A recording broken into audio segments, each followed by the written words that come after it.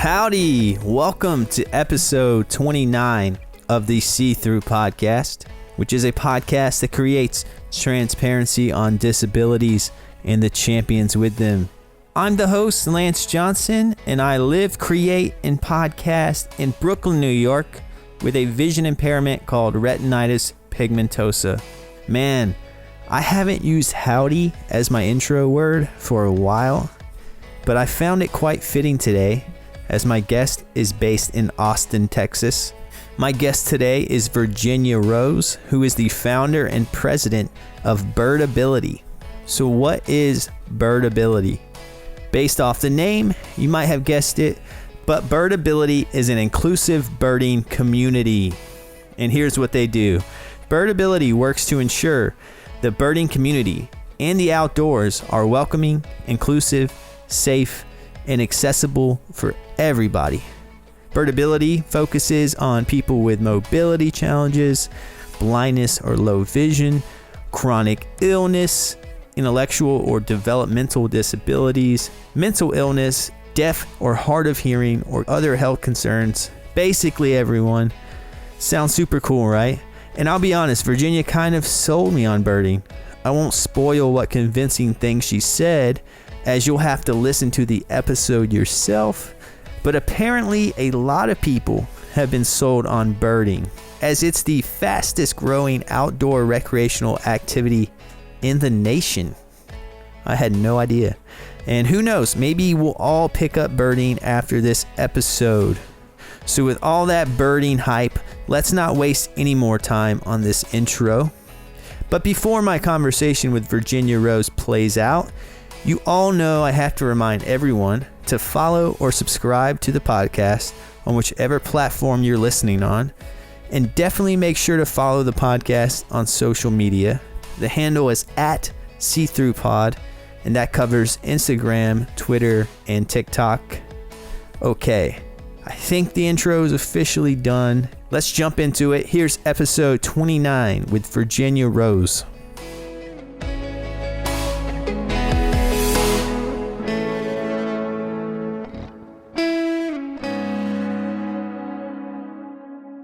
So how are you today? Oh, I'm pretty good. I spent the last hour and a half on my front porch with a good friend, eating breakfast tacos, drinking good coffee, and having a piece of German chocolate cake for my birthday. Are you saying it's your birthday today? Tuesday was my birthday. Okay. The day that I did my birdathon was my birthday. Okay. Well, happy belated birthday. Thank you, Lance. So that's a good way to spend it. You spent your birthday, what was the event called? It's called the Birdathon, and I'm on the board of directors for Travis Audubon. And every year, one of our big fundraisers, of course, is doing birdathons.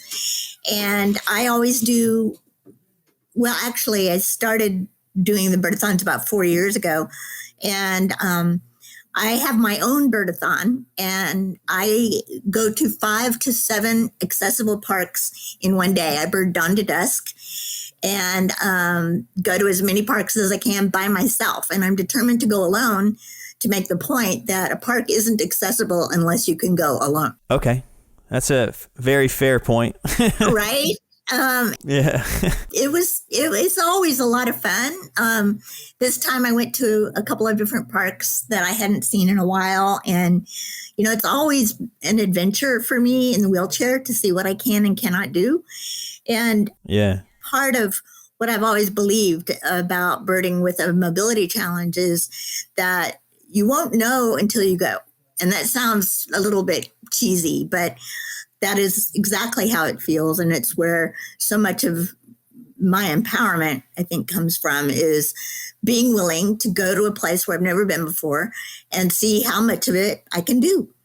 And, you know, it's always a wonderful feeling to have gone into a brand new unknown place and manage it and feel successful coming back. Yeah, so it sounds like, you know, when you go anywhere, you kind of have this unknown kind of aspect to it. Like, how accessible is it? Right. And it's almost like that's almost part of, it's a park that you're meant to explore in general. But for you, it's also, there's like another layer of exploration. You're like exploring to see how accessible is it and how far you can go within the park and what's possible. Right, exactly. It's my own sort of discovery, and there's a significant amount of joy that comes from just being on the trail by myself managing. Yeah, I imagine that. Yeah. And then you also get to bird while you're doing it. So right, and then there's that. Is that how you say it? Like, excuse my ignorance. Yes, birding. Uh-huh. Okay, so do you get to bird? Yeah. Wow, is that how you would say it? Or like the saying is, bird is a verb. Okay, like I bird. Yeah, I bird. That has a good ring to it too. So you won't know until you go. That's a nice little rhyme. And then you got, thank you. Bird is the verb. Yeah, there we go. Bird is the verb. That needs to be on a T-shirt. Yeah, it does. So you're in Austin, Texas, right? I am. Oh, that's awesome. Austin is a place on the top of my list of places I want to visit. Yes, for good reason. Yeah. Would you say the phrase "keep Austin weird"? Do you support that? Absolutely. I think it began with all kinds of great diversity, and it's gone through periods of time where it verged on becoming a little bit too homogenous, but it somehow it continues to be able to ring that diversity bell, and that's what keeps it weird. Is that we have all kinds of people happy living here, plying their trades and enjoying the music. Yeah. A lot of people are moving there, from what I can tell. Right. And hear. How long have you been in Austin? I keep coming back to Austin. I was actually born here, and then we left, and I came back in second and third grade, and then we left. And then I returned in 1977 for undergraduate at UT. I graduated in 81. Went out to the West Coast for a while and then returned for graduate school in 86. Left after graduate school and then returned back to Austin about 25 years ago, and I haven't left since. Awesome. What are your graduate degrees in? My undergrad was in advertising, of all things. I'm sort of the anti-consumer, so I'm not really sure how I'm not really sure how that happened, but I straightened myself out pretty quickly. And my graduate degree was in literature. So my master's is in literature, and I got my teaching certificate concurrently, and then began a 28-year teaching career in English. And I enjoyed that very much. Okay. Some things are starting to click here for me, It took me a while. I'm a very late bloomer. So you are the founder and president of Birdability. I am. Wouldn't you say that maybe that advertising kind of mindset, maybe that helps you in terms of running Birdability and kind of in touch with the branding of the company and things like that? Would you say? No, I wouldn't. No, I wouldn't say that at all. What I would say is that after 20 years of birding, I realized how much joy birding had brought me. And I like to say often, Lance, that I found my best self that way, and just found a sort of a confidence in myself that I'd never had before, and a happiness that had really just not been mine yet. And so after I realized that I needed to make sure that other people with mobility challenges knew that they could do it. And I was driven at that point to make sure that they knew about it and that I could help them make it a reality like it was for me. Yeah, I think that's beautifully said. And, to go backwards, just for the sake of people listening who are new to you and Birdability. Yeah. So you are a wheelchair user. I am. I had a horseback riding accident when I was 14, and now I'm 62. So I've been in a wheelchair all that time, a manual wheelchair. I'm a paraplegic. I still have fairly good upper body strength, but so that has been my life. Okay.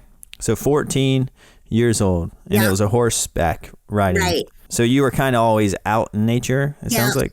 Definitely. You mentioned you were very specific about your wheelchair. Is there a reason for that? Yes, I use a manual wheelchair, and I realized pretty quickly that there were so many different disabilities that I needed to be able to address.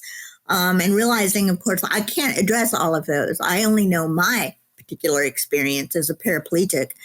And so when I started putting together a list of what I call access considerations, I created a list of all of the things that we needed to consider when we were trying to determine whether or not a site was accessible. And, even as I put that together, I realized that the best I could do was present what was accessible for me, and to not even attempt to try to cover all the other disabilities or all the other access challenges that were out there in the world. So once Birdability became more established, then we were able to be more specific about people who have other access challenges. All right, so Birdability is not just for wheelchair users.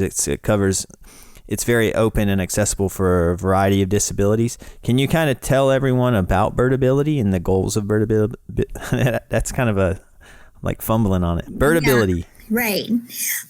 So Birdability, the mission for Birdability is to make sure that people who have different access challenges, and that's not just people, like you said, who are wheelchair users, but people who are deaf or hard of hearing, people who are blind or with low vision, people who have other health concerns, including, conditions such as autism or fibromyalgia or chronic fatigue or, just grumpy joints. For a long time, I kept telling people, look, it's for all of us in 20 years. It's for all of us in 30 years when we are tired of doing the bushwhacking, when, maybe we have grandparents. So I don't want us to continually look at this population as other. It's all of us,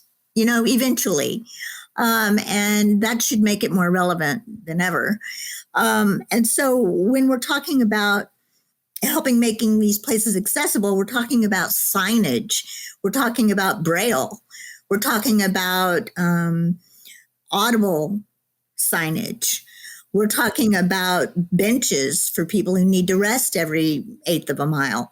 We're talking about people who are going to be using long canes and being able to provide for everybody who has these access challenges. Yeah, so it sounds like, and I think that's great, and it brings up a great point. There's a checklist, like an actual physical checklist, but that checklist it's always growing, it's always expanding. Yes, it is. And you mentioned it's all of us in 20 years. Yeah. And yeah, I do think that. I think people forget that disability sometimes is like non-linear, and like in your instance, you have an accident and then it kind of alters your path. Right. So I do agree. I think accessibility should be on everyone's kind of mind. Yeah. And should be important for everyone. And that's partly why I started this podcast. And I say that a lot on my episodes, why I started this, because I'm kind of like in that middle ground. I am losing my vision, but I still have a lot of my vision. Mm-hmm. And that kind of idea of knowing that my vision's kind of going to deteriorate it started this like trajectory of me thinking more about accessibility and and then when I thought about myself with being visually impaired, I started to see connections with the disability community as a whole. I was like, oh, it's kind of all the same. Like what's accessible for me is also accessible for a wheelchair user. And I noticed that there's kind of from doing research on social media, and like there's Facebook groups that disabilities communities kind of have these cliques where like the visually impaired, they only talk to the visually impaired, the cerebral palsy community, they'll talk and have support groups, but it's just cerebral palsy support groups.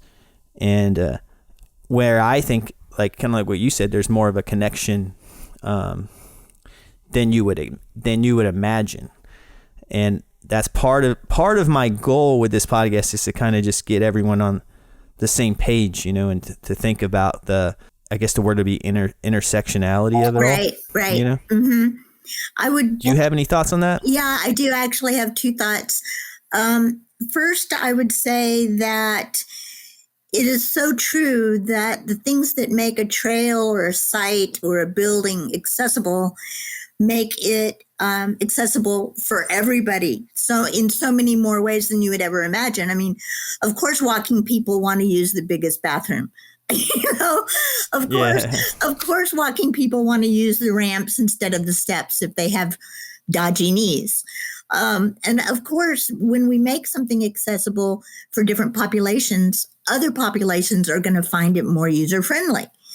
That would be the first thing. And then the second thing is that when I did my first Birdability outing, and this was in Austin, and I had gone around to 2 or 3 or 4 different populations in town and picked up some willing souls to go out with me on a Birdability event, these people were all from different disabled populations, like you just described. So, for instance, I went to Easter Seals and was able to pick up 2 or 3 different people from that section. And then I went to the amputee support group and I picked up 1 or 2 people from that group. And then I visited the spinal cord injured support group and I picked up 2 or 3 people from that group. And the real beauty that I didn't even expect, Lance, was when I was out on the trail with about 4 or 5 of these folks, all from different populations. And I'm very busy trying to find birds and, showing them the birds. And I realized nobody was listening to me and nobody was watching me. And I turned around. I'm like, what are you guys doing? And they were all circled around in their various devices. And they were having a conversation about their wheelchairs, about their coffee cups, about the kinds of coffee cups to carry when you're disabled, about the kind of backpacks each person had. They were talking about the kind of shoes they wore. And I realized, oh my gosh, this is such a much more important thing right now. I could see these people who'd never met before comparing notes. And I realized, oh my gosh, this is a community. We're building community here. Yeah, that's amazing. I love that. That might be my favorite story I've heard yet on my podcast. Yeah, it's really, because it aligns with kind of what what I hope to kind of raise. Maybe someone with a visual impairment listens to an episode with someone who is a wheelchair user, and then they're like, you know what, they face the same accessibility issues I face. Exactly, and not only that, they feel more connected, less alone. And we have, you may already know this, but we have Birdability and Georgia Audubon sponsor virtual field trips once a month. Okay. And what we do is we have 4 different field trips on 4 different accessible trails in 4 different states, led by people who have different accessibility challenges. So, for instance, last month we had a guy who had visual impairments. And then we also had someone in Nebraska who had fibromyalgia issues. And then, so, I mean, this is exactly what we're doing, is we're showing the world, basically, all these various accessible paths led by people who have different accessibility challenges. Isn't that great? I think it's wonderful, and that that's exactly why we're talking right now. Yeah. So I think that's wonderful, and I think what's cool about it all too is that there's a birding community, a large birding community. It's kind of grown in popularity just in general. Yeah. So it's kind of like the disability community that you're targeting and working with. Yeah. They are now part of a larger community too. Right, and even made larger with the Birdability map. And you can find the Birdability map on our website, birdability.org. And this was my brain dream where I wanted to make sure that we had accessible parks identified on a U.S. map so that anybody at any time could open up that map and find places to bird, accessible places to bird. We now have over 500 sites in the country, which means any person with a disability can pull up a site, read about what is and isn't available at that site, and have some assurance that they're going to have a successful experience there. Yeah. I'll for those listening and they want to check out the Birdability map, just click the show description. I'll have a link there for that. So definitely check that out if that's interesting to you. So you know what I wanted to do, because I'm a newbie to birding. Okay. I think it would be helpful, if you could walk me through what a typical day of birding is and what it feels like, what hours, Okay. All right. Like paint a picture, Okay, I will. So I will describe for you the birdathon I did a week ago. And so I wanted to bird dawn to dusk. And so, of course, if the sun's coming up at 7, I need to be at the birding site at 7 or before in order to hear what we call the dawn song. And so that means I usually get up at 5, try to leave the house about 6 or 6:30, depending on where the birding site is. And I'll arrive at the birding site. In this case, I was going to St. Edward's Park. And my express reason for going to St. Edward's, it's a completely inaccessible park, but I knew that I could hear the golden cheek warbler. And if I can hear the bird, I can count it. So I knew to just go to the parking lot, roll down my windows, and wait for the song of the golden cheek warbler. Once I got it, then I drove across a little bit, 10 miles or so, to another great birding site called Lake Creek Trail. And I park, and then I get out. I have my binoculars. I have my water. I have my coffee. I have my sunscreen. All of that I'm carrying with my backpack. And I start listening the moment I pull into the parking lot. And a lot of times I can get, 10 or 12 birds right there in the parking lot. And then I wheel around Lake Creek Trail listening for birds and watching for birds. It's about a 3-mile loop for me. And after a couple of hours, I come home, or I leave there with 40 bird species. And then I head to the next site. So it's just a series of going to parks and exploring the parks, knowing that each park has a slightly different habitat, which means I'm going to get slightly different birds. So in my birdathon, I want to get some northern sites, some southern sites, eastern sites, and western sites where I can collect as many different species as I can. You will stop for lunch. Some people are hardcore and eat in their cars. That's what I do. I pack my lunch. Everything's in my cooler. And I'll sit in the van and eat my lunch, and then out the door I go.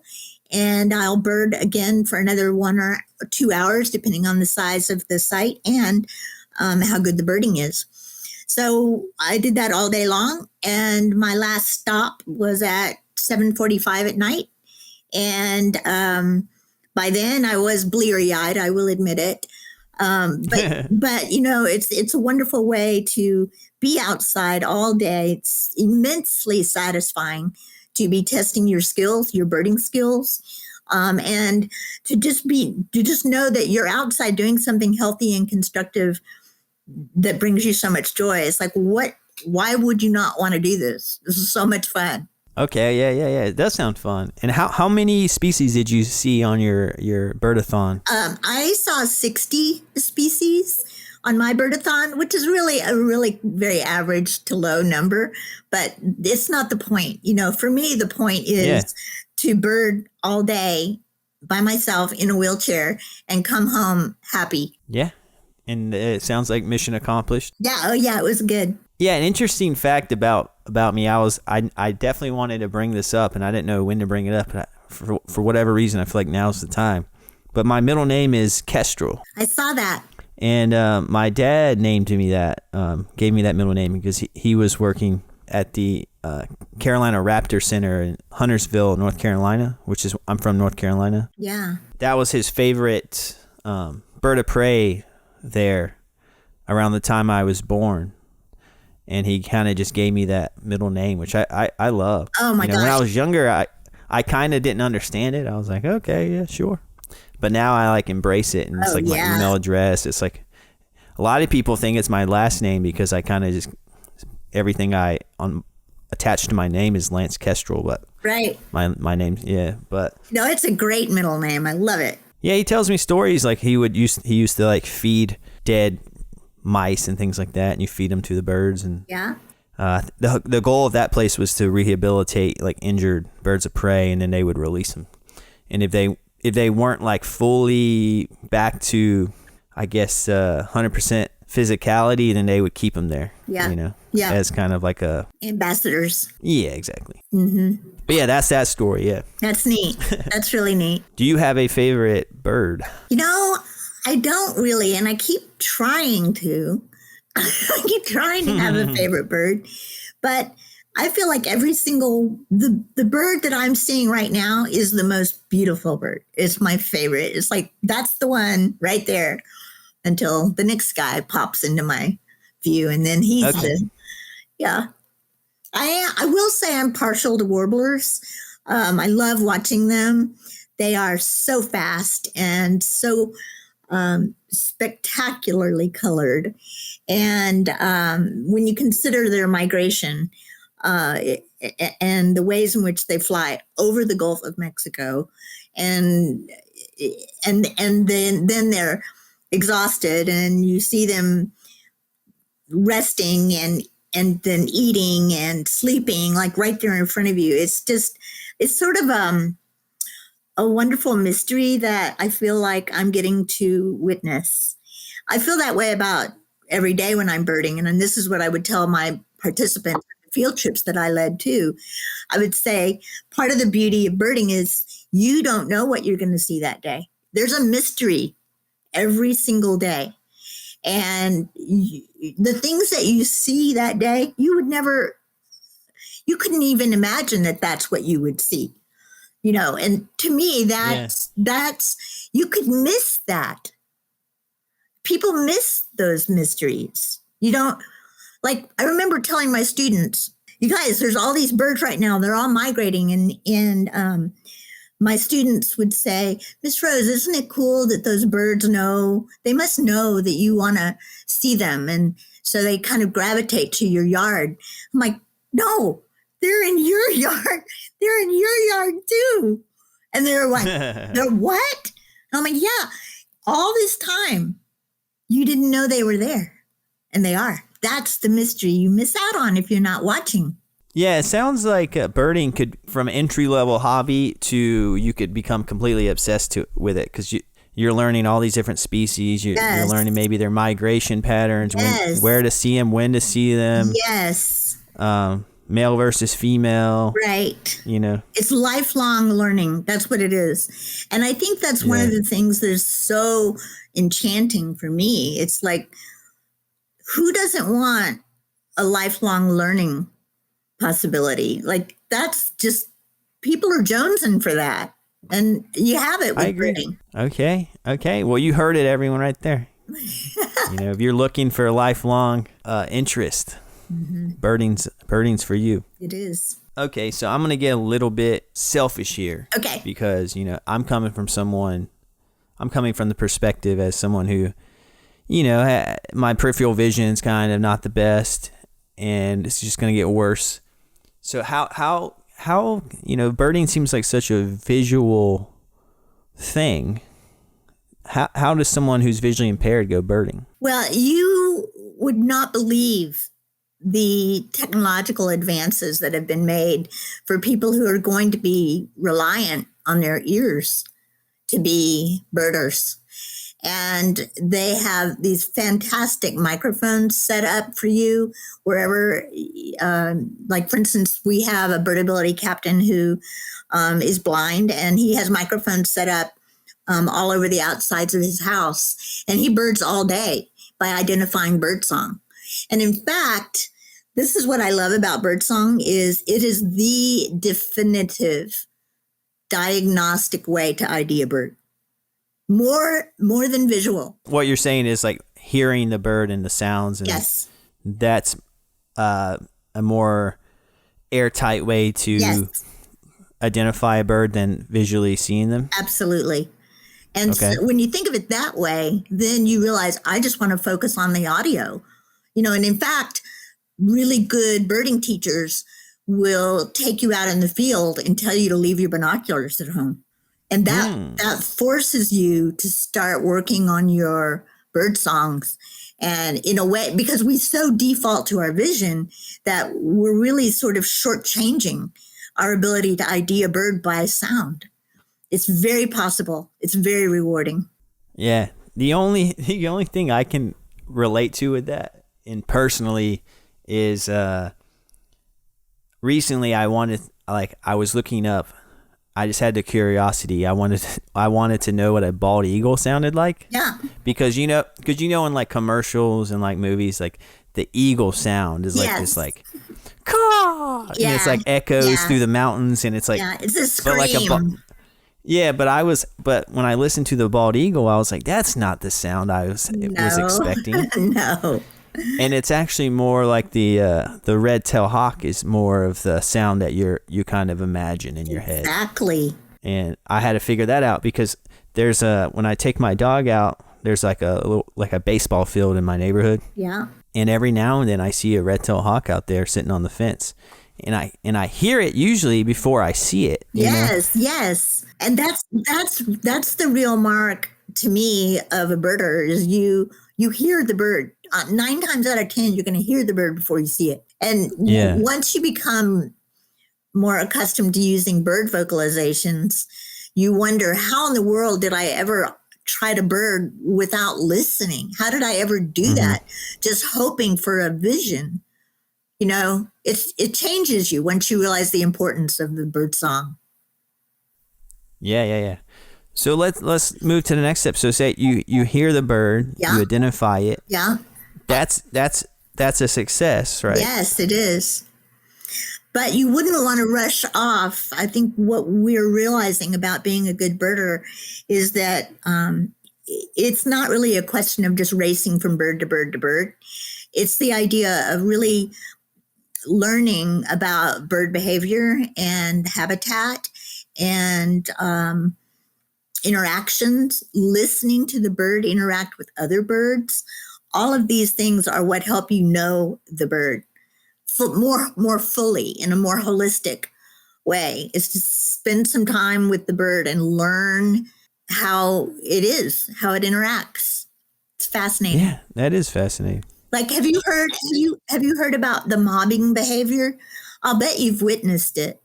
It's where a bird of prey will fly into a tree, and there are a certain number of birds called mobbing birds, and they're the ones who let everybody in the area know that there's a predator in the tree.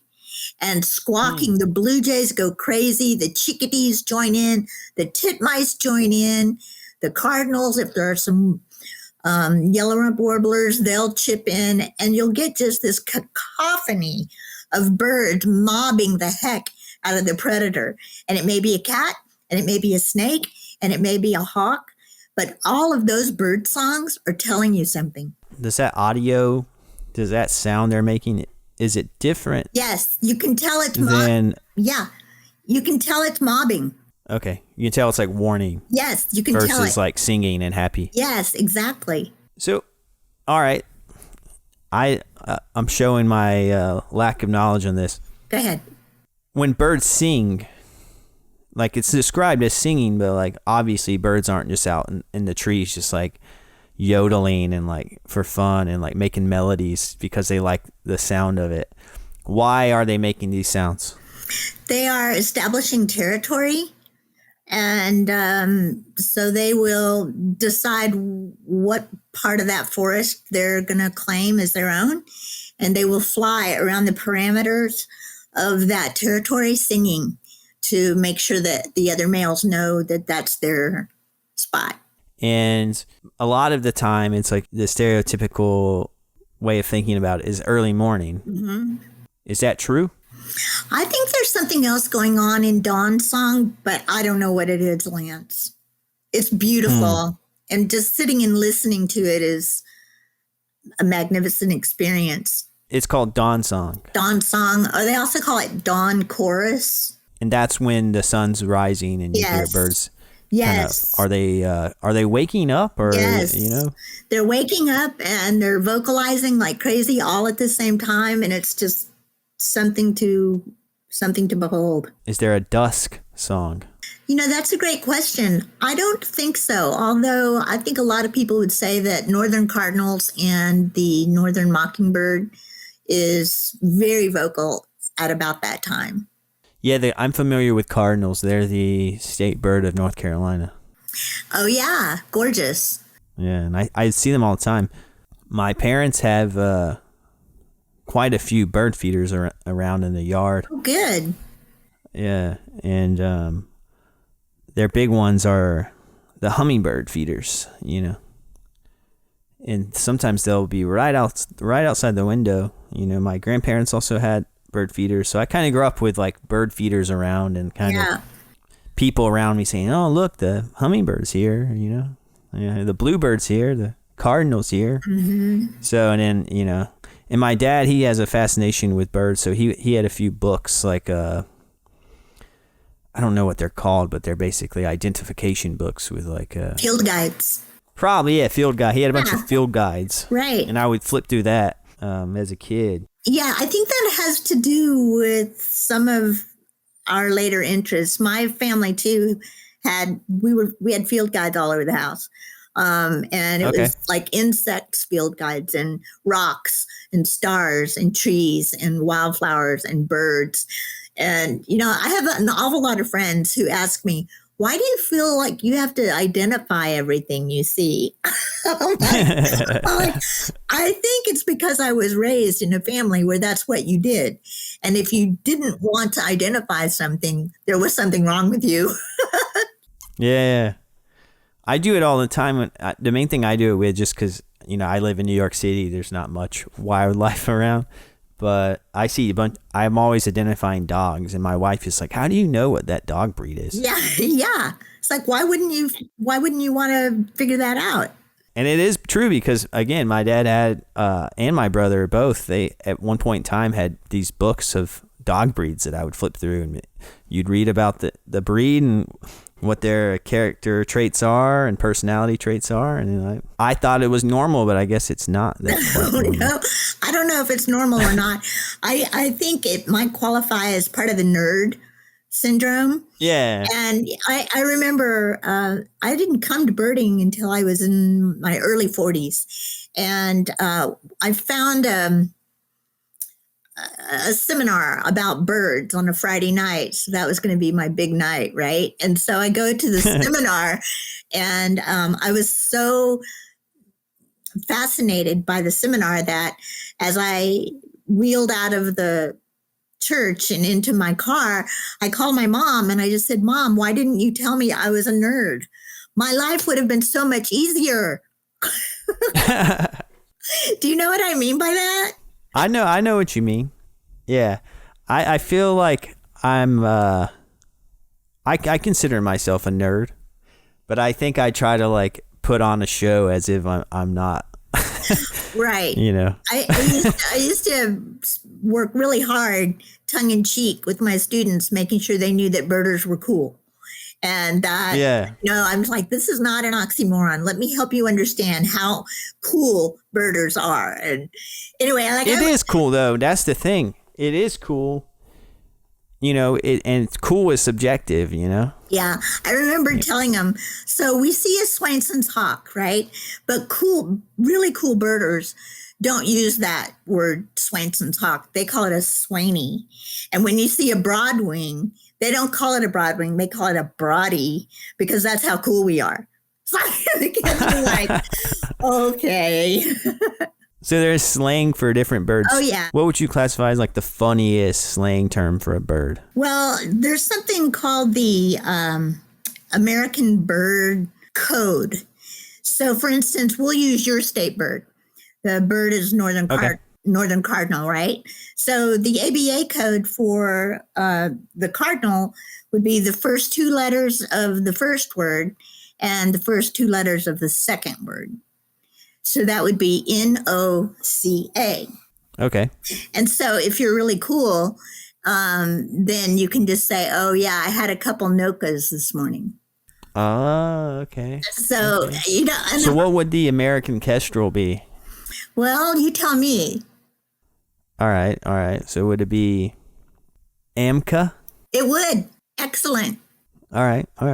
And so, learning stuff here. Yeah, there's just all kinds of ways to make birding even more and more and more enjoyable. Once you learn the ABA code, then you learn how you can kind of mess with it and have it become even funnier, or like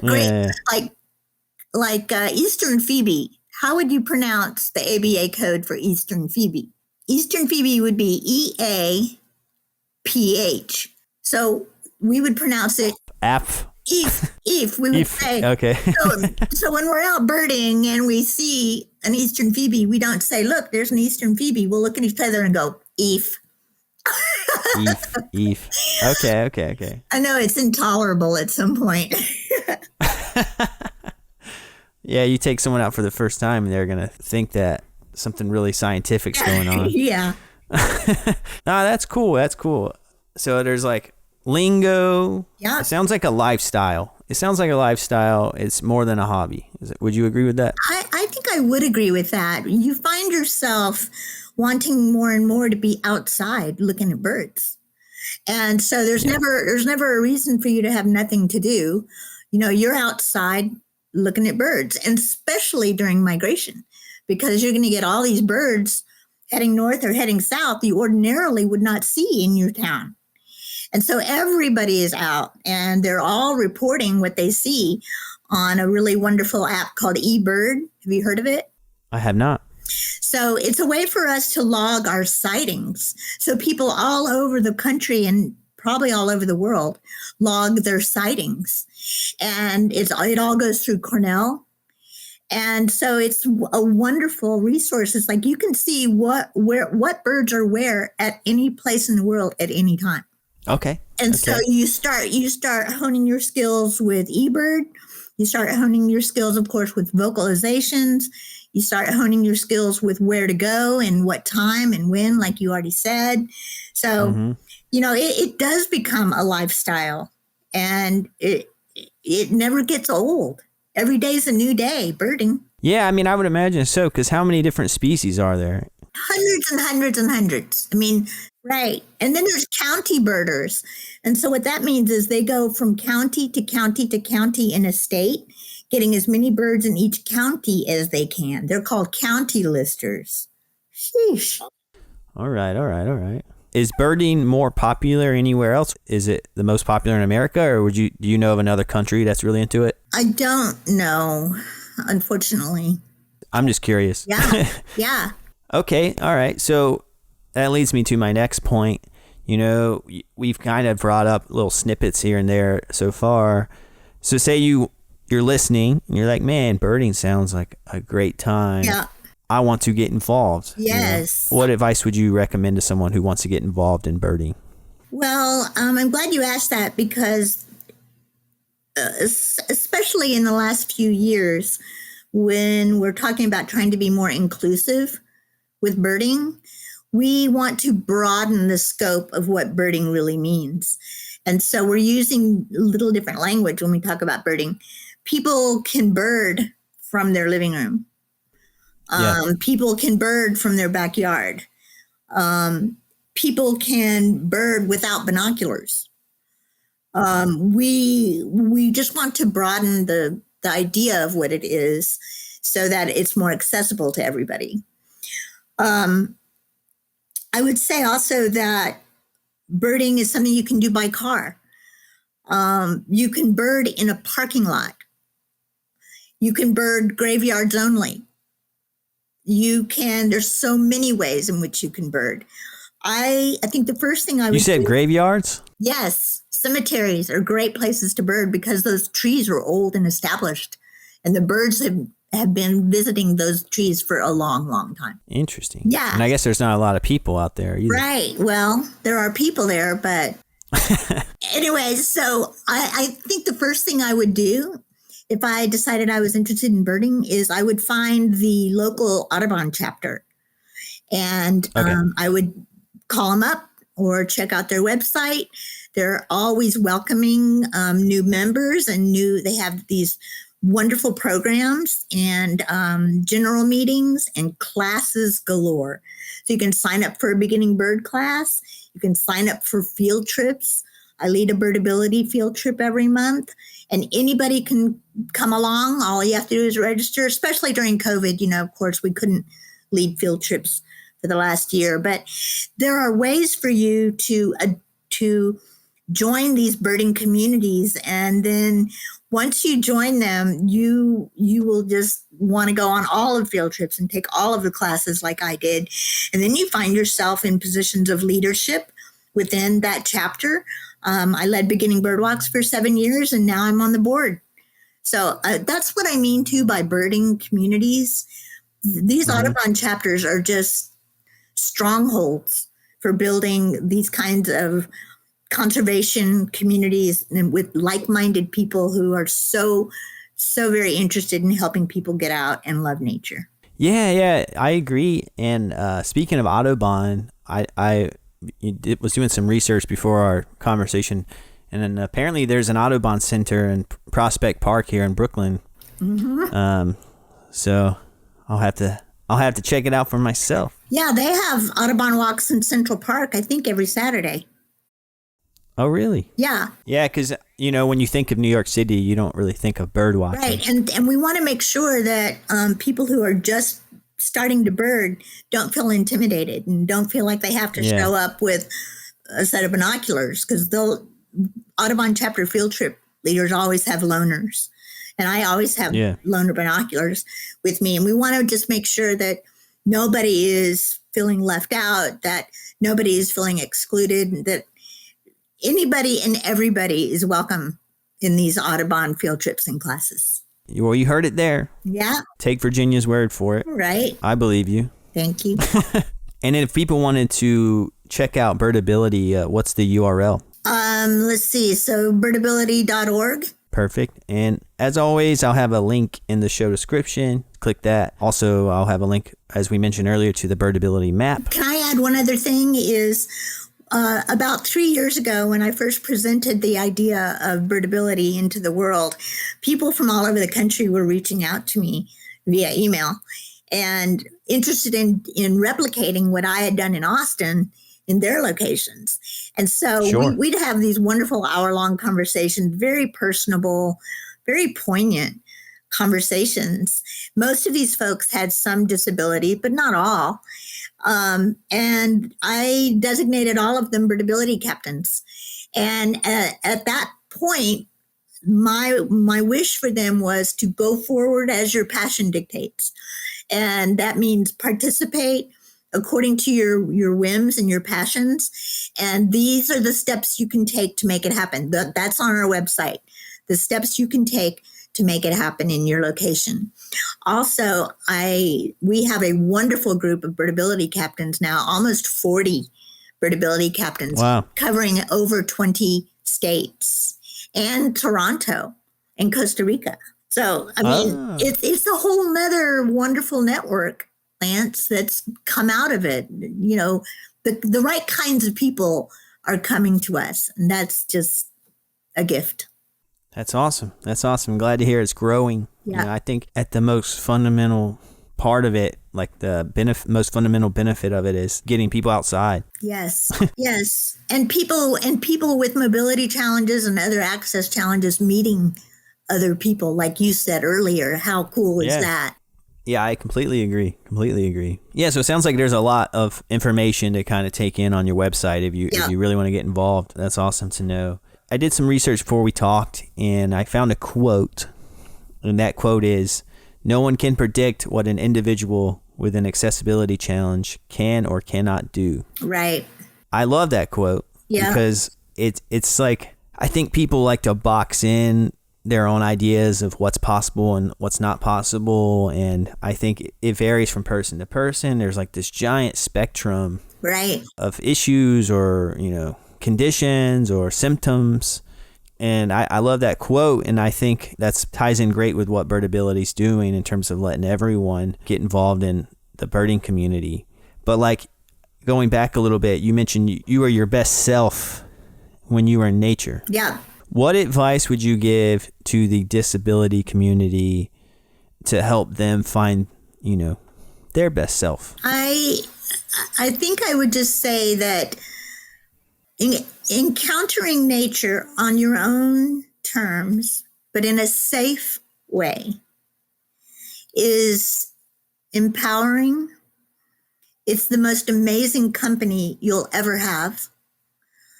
You find yourself, I think, undistracted by things that don't matter. And you find, I found myself just more grounded, less looking around for what mattered, as if it's something other than nature, other than my relationship with it. It's just a more solid, peaceful, unanxious self. Okay. And, I was so pleased to find that. Yeah, no, that's it's hard to find. That's why I asked you. I think everyone wants to know where their best self is. And, Yes. And to be honest, I don't know if I know where my best self is. I know where I'm happy. Yes. But do I know where my absolute best is? Right. That's something I'm trying to figure out.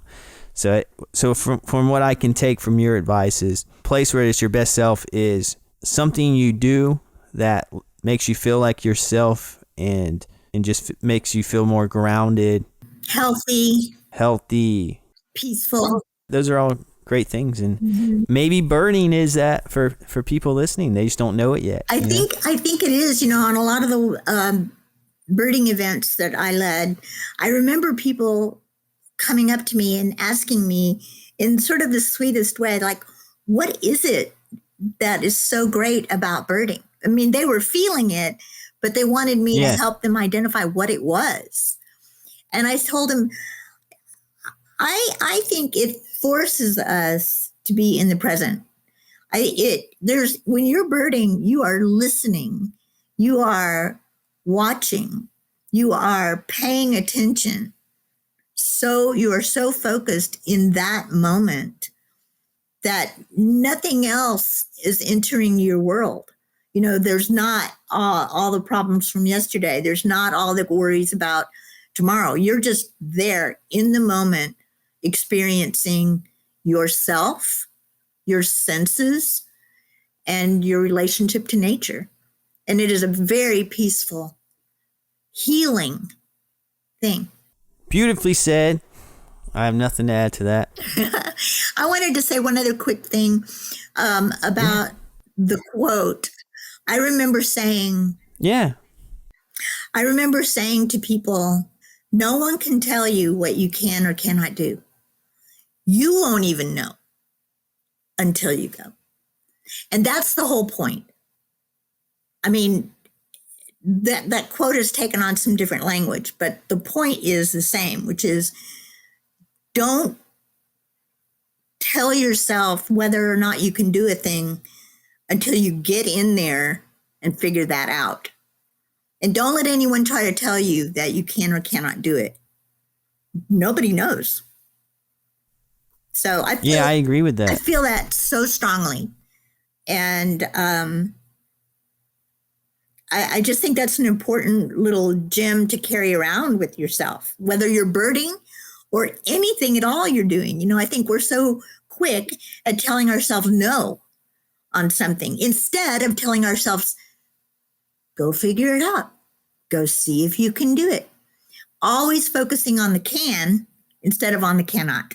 Yeah, I like that. I do think a lot of people, including myself, I'll be honest, fall victim to that. Yeah, It's a good reminder. it is. I needed to hear that. Good. Yeah. And, yeah. And, it's funny because as I learn and talk to people like you and other guests on my podcast, the more confident I do become, because I start hearing about other people just enjoying their lives and having fun and feeling very fulfilled. And I'm like, it just kind of puts me at ease. It's like, it's like, it's not like a disability isn't like it isn't like the death of you, it isn't like the end of your soul or of you growing. It's not, Right. It's like you can still grow substantially, right. With a disability. And that's what I'm learning. And I think that's what I'm hoping to provide to people listening, is some value in the sense that maybe they pick up on that too. Right. So. Exactly. Well, and I know that when I'm talking with Birdability captains, when we're trying to make some progress, I'm always very careful to tell them these conversations that you're having with people who could make their sites better and more accessible. Those conversations need to be really happy, meaningful, solution-oriented conversations. There should be nothing negative about them.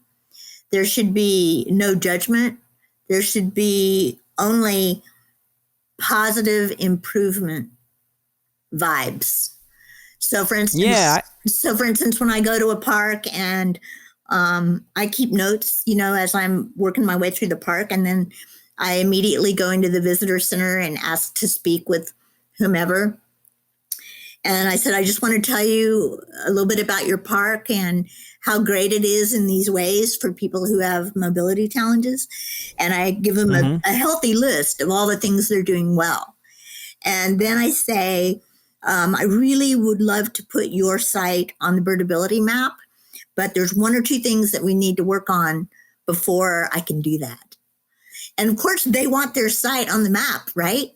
And, yeah, definitely. And because I always approach them with a happy, cheerful, positive energy, they are listening to me.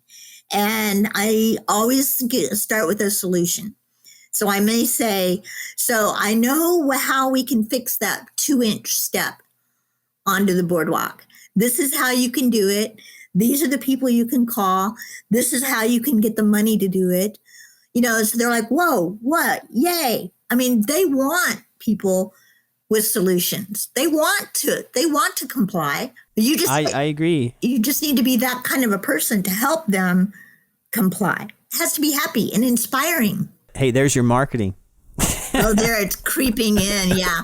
I think I may have learned that from the School of Hard Knocks, maybe not through a college degree. Yeah. That's like some reverse psychology things. But, yeah.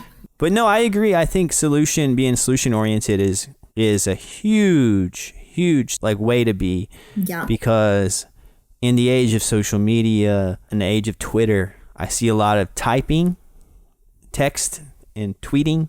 Yeah. And not a lot of actual doing. Yes. Mm-hmm. And if you want something to change, you're going to have to do more than tweet about it. Right. I know that sounds kind of mean, but it's the truth, Right. Well, and you want people to be on your side. They want to feel good too. Exactly. And I think a lot of let's take that same example. You're going to these sites and you're like, you're 2 steps away from being on the map. Right. And you came up to them with this kind of, this is unacceptable, and you're backwards thinking because your park's not set up, you're not being helpful. They might help you, but are they going to be your ally at the end of the day? No. They might change it because they have to, but whenever you're not around, are they going to I don't know. And I think in terms of shaping the perception of the disability community, and I know that's a whole nother conversation and it's a dense topic, but I think it does matter how you present yourself, and I think if anyone's listening and you want to help change the perception, think about that. Think about how you come across sometimes to people, or not trying to preach to anyone out there. No, no preaching. I'm just saying. Yeah. No preaching, but the point of it is it's effective. It's effective to be solution oriented. Mm-hmm. And I think people are looking for a way to affect good change. I think everybody at some level really wants to do good work, Yeah. And I think anybody who can offer a way to do good work is on the right track. I 100% agree. And I love everything you said today. It was a great interview. Thank you, Lance.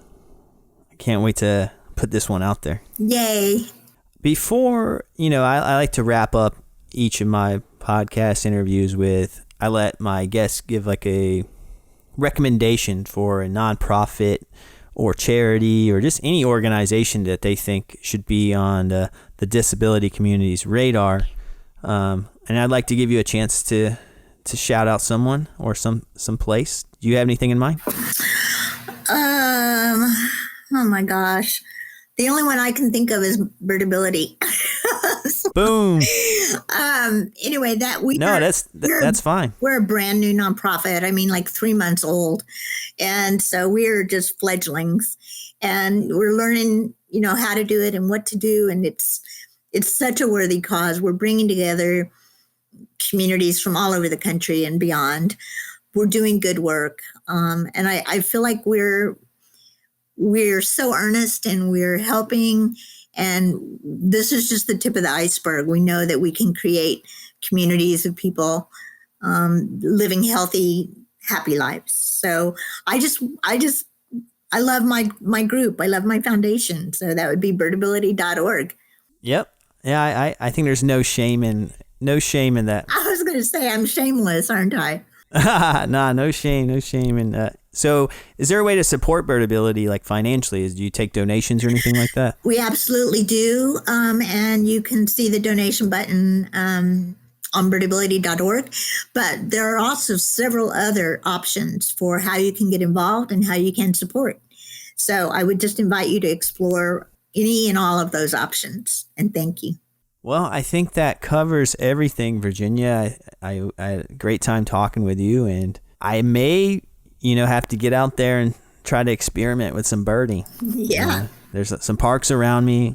I think having the field guides around in my childhood, maybe put it in my blood, maybe. Yeah. We'll see. All right, Virginia, well, enjoy the rest of your day, and I look forward to keeping in touch. Thanks so much for having me. I loved it. Thanks. All right, bye. Bye.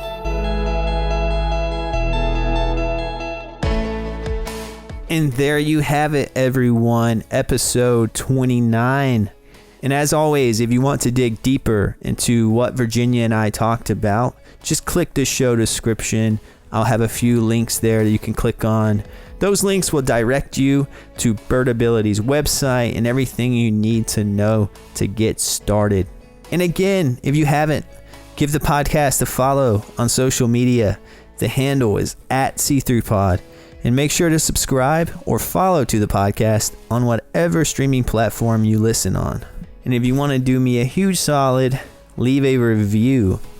And if you have any suggestions or comments about the podcast that you want me to personally know, feel free to DM me on social media, or you can reach me by email. The email address is theseethroughpodcast@gmail.com. But that's it for this episode. As always, I'll have another one coming for you next week. And until then, you know the drill. Stay transparent, everyone.